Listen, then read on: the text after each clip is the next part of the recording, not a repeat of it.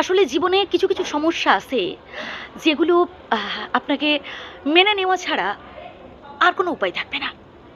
আপনি যদি ভয় পান সমস্যার মুখোমুখি হতে, তাহলে জেনে রাখুন আপনি কোনোদিনও জীবনযুদ্ধে জিততে পারবেন না।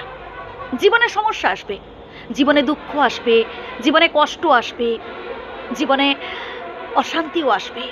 সব কিছু মেনে নিতে হবে আপনাকে।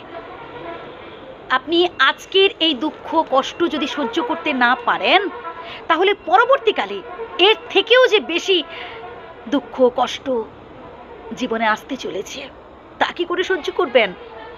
আসলে আমাদের বিধাতা না এভাবে আমাদের দুঃখ কষ্ট আনন্দের মধ্য থেকেই গড়ে পিঠে নেন, আমাদের শক্তপোক্ত করে নেন। তাই জীবনে যদি দুঃখ আসে, জীবনে যদি সুখও আসে, ঠিক সমানভাবে গ্রহণ করার চেষ্টা করুন। জীবনে দুঃখ এলে যেমন ভেঙে পড়া উচিত নয়, কষ্ট পাওয়া উচিত নয়, পিছিয়ে আসা উচিত নয় ভয় পেয়ে, ঠিক তেমনি জীবনে যদি ভালো সময়ও আসে, জীবনে যদি আনন্দদায়ক মুহূর্তও আসে, এতটা উচ্ছ্বসিত হওয়া উচিত নয় যাতে পরবর্তী সময়ে আপনার নিজেরই খারাপ লাগে যে আমি একটা সময় এত খুশি হয়ে পড়েছিলাম, আমি একটা সময় এত আনন্দ প্রকাশ করেছিলাম যাতে আমার কারণে আর 10 জন কষ্ট পেয়েছিল। নিজের সুখ নিজের দুঃখ নিজের আয়ত্তে রাখার চেষ্টা করবেন, আপনার কারণে যাতে করে কারোর ক্ষতি না হয়। আপনি হয়তো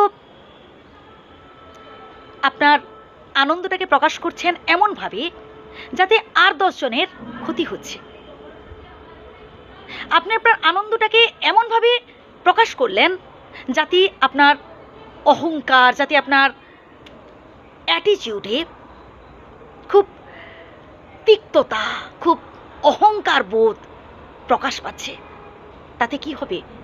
পরবর্তীকালে আপনার এই অহংকারই আপনার পতনের মূল কারণ হয়ে উঠবে।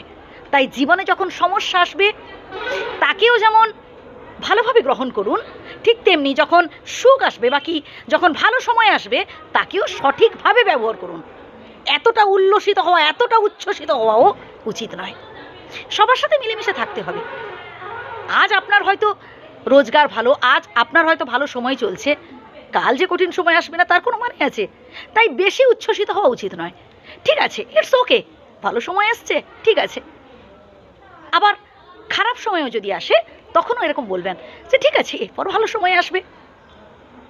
গর্ব অহংকার বা এমন ভাব দেখানো উচিত নয় যাতে অপরে কষ্ট পায়।